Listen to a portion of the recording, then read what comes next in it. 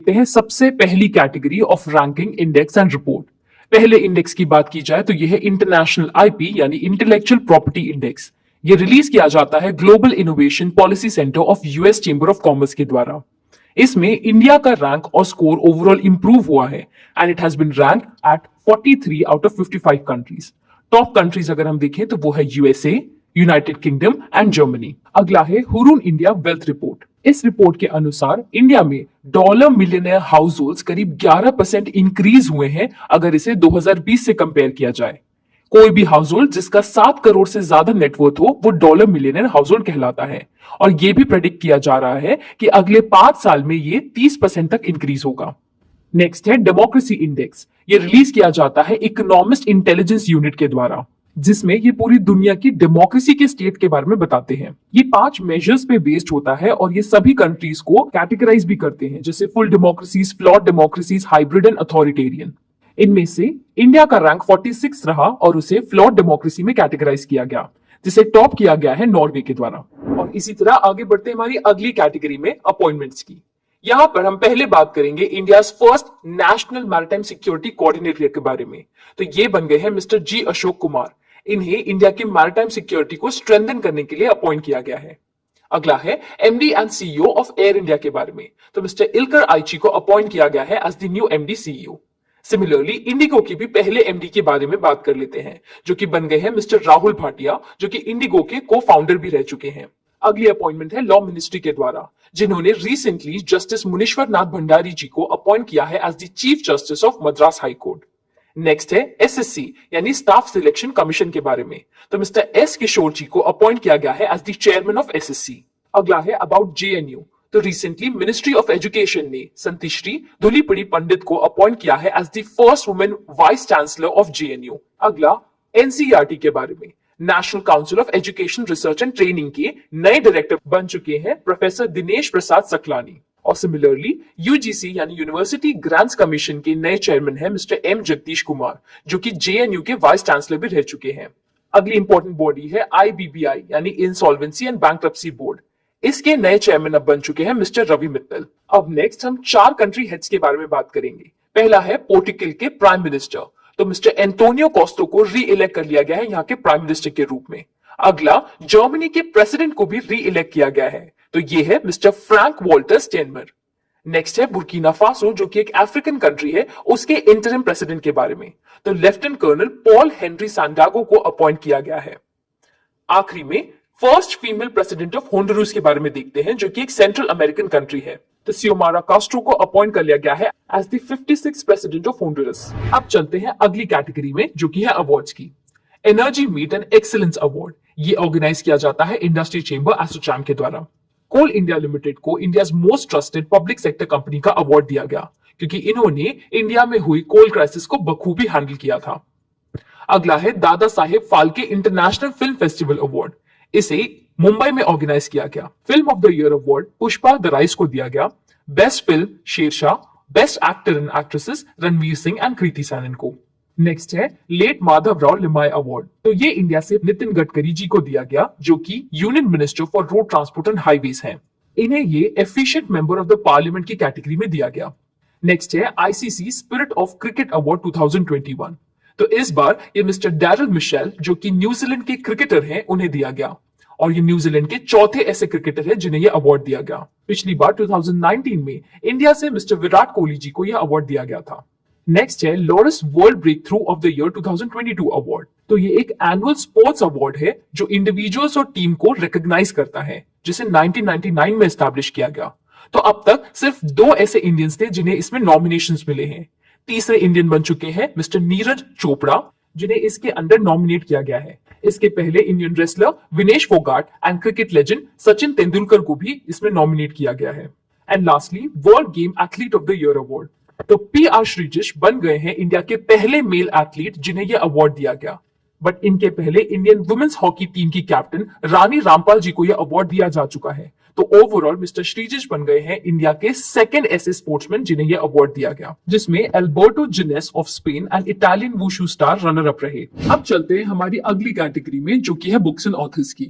पहली the great take game, ये लिखी गई है इंडियन ऑथर अनिरुद्ध सूरी के द्वारा। इसमें ये बेसिकली एक रोड मैप बताते हैं सभी कंट्रीज के लिए जिसमें वो टेक्नोलॉजी डोमिनेंट एरा में सक्सीड और सर्वाइव कर सके।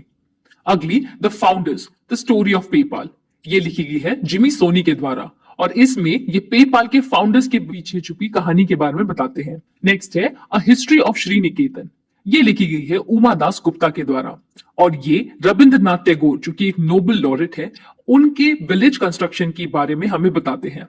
अगली है काफी important how to prevent the next pandemic, ये बुक लिखी गई है मिस्टर बिल गेट्स के द्वारा और इसमें ये हमें फ्यूचर पैंडेमिक को रोकने और आगे नए स्टेप्स लेने के बारे में बताते हैं। अगली इंडिया अफ्रीका रिलेशंस, ये लिखी गई है इंडियन एम्बेसडर राजीव कुमार के द्वारा।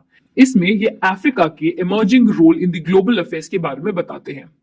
अगली है अटल बिहारी वाजपेयी, ये लिखी गई है सागरिका घोष के द्वारा। ये एक बायोग्राफी है India former prime minister Atal Bihari Vajpayee ji की। अगली एक और काफी important golden boy Neeraj Chopra, ये लिखी गई है नवदीप सिंह गिल के द्वारा। ये वो है जिन्होंने इंडिया के लिए जैवलिन थ्रो में गोल्ड मेडल जीता टोक्यो ओलंपिक्स में। And lastly India that is Bharat coloniality civilisation and constitution, ये एक ट्रायलॉजी बुक है जो जे साई दीपक के द्वारा लिखी गई है जिसमें ये इंडिया की हिस्ट्री को बताते हैं यूरोपियन कोलोनियलिज्म से। स्टैच्यू ऑफ लिबर्टी के बारे में तो आपने सुना ही होगा, बट क्या आप जानते हैं स्टैच्यू ऑफ इक्वालिटी के बारे में? क्या आपको पता है ये कहां पर सिचुएटेड है? अगर नहीं तो हमारे नेशनल न्यूज की कैटेगरी तक वेट कीजिए। और हाँ, अगर आपको हमारा ये सेशन अच्छा लग रहा है तो आप हमारे करंट अफेयर्स के कोर्स में भी एनरोल कर सकते हैं जिसका लिंक डिस्क्रिप्शन में दिया हुआ है। तो आगे बढ़ते हैं अगली कैटेगरी में जो कि है स्पोर्ट्स की। Singapore weight lifting international event, ये हुआ था सिंगापुर में और Indian weight lifter Mirabai Chanu ने यहां गोल्ड जीता 55 केजी की कैटेगरी में। नेक्स्ट है यंगेस्ट प्लेयर जिन्होंने वर्ल्ड नंबर 1 मैग्नस कार्लसन को हराया, तो ये है इंडिया के 3 चेस ग्रैंड मास्टर रमेश बाबू प्रगनंदा जो कि 16 साल के हैं और ये तीसरे ऐसे इंडियन ग्रैंड मास्टर है जिन्होंने मैग्नस कार्लसन को हराया आफ्टर विश्वनाथन आनंद एंड पेंटला हरिकृष्णा। अगला अबाउट द विंटर ओलंपिक्स 2022 जो कि बीजिंग चाइना में हुए थे। इसका मास्कॉट है बिंग डुएन। इंडियन टीम को रिप्रेजेंट कर रहे थे आरिफ खान जो कि फ्लैग बेयरर थे ओपनिंग सेरेमनी में भी। नॉर्वे ने ओवरऑल मेडल टैली को टॉप किया और इंडिया ने कोई मेडल नहीं जीता। 2026 के विंटर ओलंपिक्स अब इटली में होंगे। अगली न्यूज है about the first player history में जिन्होंने अपने फर्स्ट क्लास डेब्यू में ही ट्रिपल सेंचुरी मारी, तो ये है साकिबुल गानी बिहार से जिन्होंने 405 बॉल में 341 रन स्कोर किए। Next about the FIFA club world cup champions, तो चेल्सी जो कि एक इंग्लिश क्लब है उन्होंने ब्राजीलियन क्लब पैल्मेरस को हराया। इन्होंने ये चैंपियनशिप पहली बार जीती बट ये तीसरी इंग्लिश टीम है after Manchester United and Liverpool जिन्होंने ये चैंपियनशिप जीती। इसके फाइनल्स अबू धाबी में हुए थे। अगला है एएफसी यानी Asian football confederation women's Asia cup के बारे में। इस बार चाइना ने ये टूर्नामेंट जीता बाय डिफीटिंग साउथ कोरिया। ये इसका 9th एडिशन था और इसके finals D Y Patil stadium Navi Mumbai में हुए। इसमें मोस्ट वैल्यूएबल प्लेयर वैंग शानशान थे। अगला काफी important ICC under 19 world cup, ये जीता गया इंडिया के द्वारा बाय डिफीटिंग इंग्लैंड और अब इंडिया ने ये world cup record 5th time जीता है और इंडिया ऐसी करने वाली पहली टीम बन गई है। ये इवेंट हुआ था एंटीगुआ में और इसी के साथ यश धिल बन गए हैं 5th इंडियन कैप्टन जिन्होंने ये टाइटल जीता और player of the series to Dewald Brevis. And lastly India की पहली यूनिकॉर्न स्पोर्ट्स एंटरप्राइज, तो ये बन गई है चेन्नई सुपर किंग जिनका मार्केट कैप करीब 76,000 करोड़ है। ये लीड की जाती है हमारे इंडिया के former Indian captain Mahendra Singh Dhoni ji के द्वारा जो कि 2021 के आईपीएल विनर्स भी थे। अब हम बढ़ते हैं हमारी इंपॉर्टेंट कैटेगरी में जो कि है नेशनल न्यूज की। तो इंडियन इंस्टीट्यूट ऑफ टेक्नोलॉजी यानी आईआईटी सेटअप करने वाला है अपना पहला इंस्टीट्यूशन आउटसाइड द कंट्री जिसकी पहली ब्रांच होगी यूनाइटेड अरब एमिरेट्स में। नेक्स्ट हम एक स्कीम देखेंगे जो कि door step distribution of crop insurance policies के लिए है, हमारे सभी फार्मर्स के लिए। ये है मेरी पॉलिसी मेरे हाथ और इसे लॉन्च किया जाएगा अंडर दी प्रधानमंत्री फसल बीमा योजना। Ministry of agriculture and farmers welfare इसे लॉन्च करेंगे। नेक्स्ट हम बात कर रहे हैं न्यू इंडिया लिटरेसी प्रोग्राम के बारे में। तो इस प्रोग्राम के तहत हम सिर्फ एडल्ट एजुकेशन नहीं बल्कि एजुकेशन फॉर ऑल की बात कर रहे हैं जिसे फाइनेंशियल ईयर 2022 से 27 के लिए लॉन्च किया गया by the ministry of education. इसमें हम उन सभी नॉन लिटरेट्स को भी इंक्लूड करेंगे जो 15 साल या उससे ज्यादा उम्र के हैं। अगली स्कीम हम देख रहे हैं फॉर इकोनॉमिक एम्पावरमेंट ऑफ डीएनटीज यानी कि D notified nomadic and semi nomadic tribal communities. तो तो ये काफी बैकवर्ड कम्युनिटीज होती है, इसलिए इनके एम्पावरमेंट के लिए हमने इसे लॉन्च किया है, जिसमें कैंडिडेट्स को कॉम्पिटिटिव एग्जाम के लिए कोचिंग, हेल्थ इंश्योरेंस और लाइवलीहुड दी जाएगी। ये ministry of social justice and empowerment के द्वारा लॉन्च की गई है। अगली एक काफी इंपॉर्टेंट अनाउंसमेंट है इंडियन गवर्नमेंट की, जिसमें हम डीजल को रिप्लेस करने वाले हैं एग्रीकल्चर सेक्टर में बाय 2024, और ये रिप्लेस किया जाएगा रिन्यूएबल एनर्जी से। ये सब हम इसलिए कर रहे हैं ताकि हम एक नेट जीरो एमिटर बन सके 2070 तक। अगला एक बहुत अच्छा रिकॉर्ड बनाया गया है हमारे इंडिया के द्वारा, longest highway tunnel of the world. ये है अब अटल टनल, जो कि पीर पंजल रेंज में है। ये करीब 10,000 फीट की ऊंचाई में है और ये रिकॉर्ड किया गया है वर्ल्ड बुक ऑफ रिकॉर्ड्स के द्वारा। ये रोहतांग पास में करीब 9.2 किलोमीटर लंबी एक हाईवे है। नेक्स्ट है इंडिया का पहला बायोमास बेस्ड हाइड्रोजन प्लांट। तो इंडिया का ऐसा पहला कमर्शियल प्लांट मध्य प्रदेश में बनाया जाएगा, जिसमें ये 30 टन ऑफ बायोमास से 1 टन का हाइड्रोजन जनरेट करेंगे, प्रोड्यूस करेंगे। अब देख लेते हैं वो कंट्री जिन्होंने पहली बार कोविड डीएनए वैक्सीन एडमिनिस्टर की। तो ये कोई और नहीं, इंडिया है, जहां जाइडस कैडिला ने जाइकोविड प्रोड्यूस की, और ये दुनिया की पहली प्लाज्मिड डीएनए वैक्सीन है, जिसे पहली बार पटना में एडमिनिस्टर किया गया।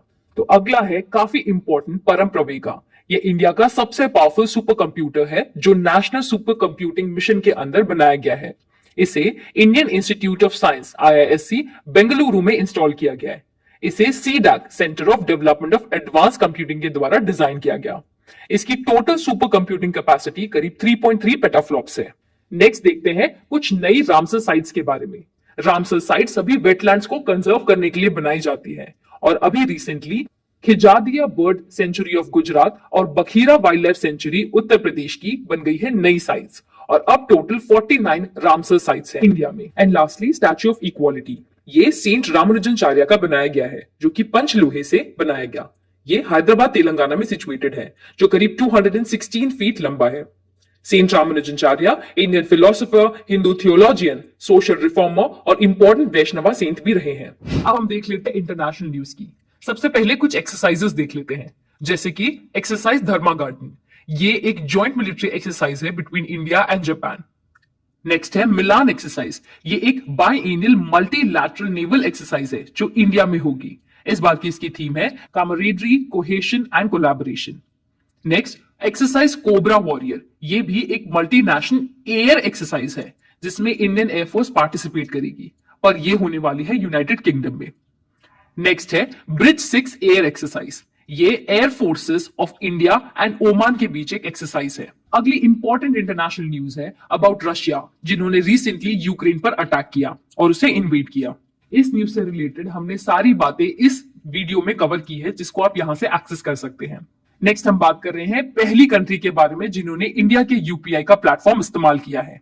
तो ये है नन अदर देन नेपाल, जो कि पहली कंट्री बन गई है ऐसा करने वाली, और इससे इनकी डिजिटल इकोनॉमी काफी ज्यादा ट्रांसफॉर्म होने वाली है। यूपीआई को एनपीसीआई के द्वारा डेवलप किया गया है। नेक्स्ट हम देख लेते हैं ऐसा पहला बैंक जो मेटावर्स एंटर करने वाला है। तो it is the JP Morgan bank, जिन्होंने अपनी शॉप मेटावर्स में खोल ली है। ये यूएसए का सबसे बड़ा बैंक है, और इन्होंने अपना लाउंज डिसेंट्रल लैंड में खोला है। नेक्स्ट हम देख लेते हैं ऐसी पहली कंट्री जिन्होंने सिविल स्पेसेस में ड्रोन्स को अलाउ किया है। तो इट इज इजराइल। यूएवी का मतलब होता है अनमैन्ड एरियल व्हीकल्स, जिन्हें अब एनवायरमेंट, एग्रीकल्चर और पब्लिक वेलफेयर के बेनिफिट्स के लिए इस्तेमाल किया जाएगा। अगली इंपॉर्टेंट न्यूज है इमरजेंसी इन कनाडा के बारे में। तो यहाँ के लीडर जस्टिन ट्रूडो ने इमरजेंसीज एक्ट को इन्वोक किया, जिससे गवर्नमेंट को पावर मिल जाती है ताकि वो टेम्पररी पब्लिक असेंबली, ट्रैवलिंग और मोबिलाइजेशन को रेस्ट्रिक्ट कर सके। ये सब इन्होंने एंटी वैक्सीन मैंडेट के ऊपर रोक लगाने के लिए किया था। अगला देख लेते हैं कि इंडिया कौन सी कंट्री को आधार बिल्ड करने में मदद कर रहे हैं। तो ये है श्रीलंका, जिनके लिए हम यूनिटरी डिजिटल आइडेंटिटी फ्रेमवर्क यानी कि आधार में हेल्प करेंगे लॉन्च करने में, और इसे इंप्लीमेंट किया जाएगा as a national level programme. अगला है टेक अ ब्रेक इनिशिएटिव। तो ये major social media platform Instagram के द्वारा लॉन्च किया गया है, जिसमें वो यूजर्स जो ज्यादा इस्तेमाल करते हैं उनके लिए इसे बनाया गया ताकि वो ब्रेक ले सके।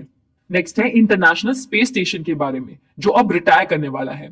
इसका पहला पीस रशियन रॉकेट के थ्रू 1998 में लॉन्च किया गया था, और अब 2031 तक इसके सारे ऑपरेशंस बंद हो जाएंगे और इसे क्रैश कर दिया जाएगा पैसिफिक ओशन के पॉइंट नीमो में।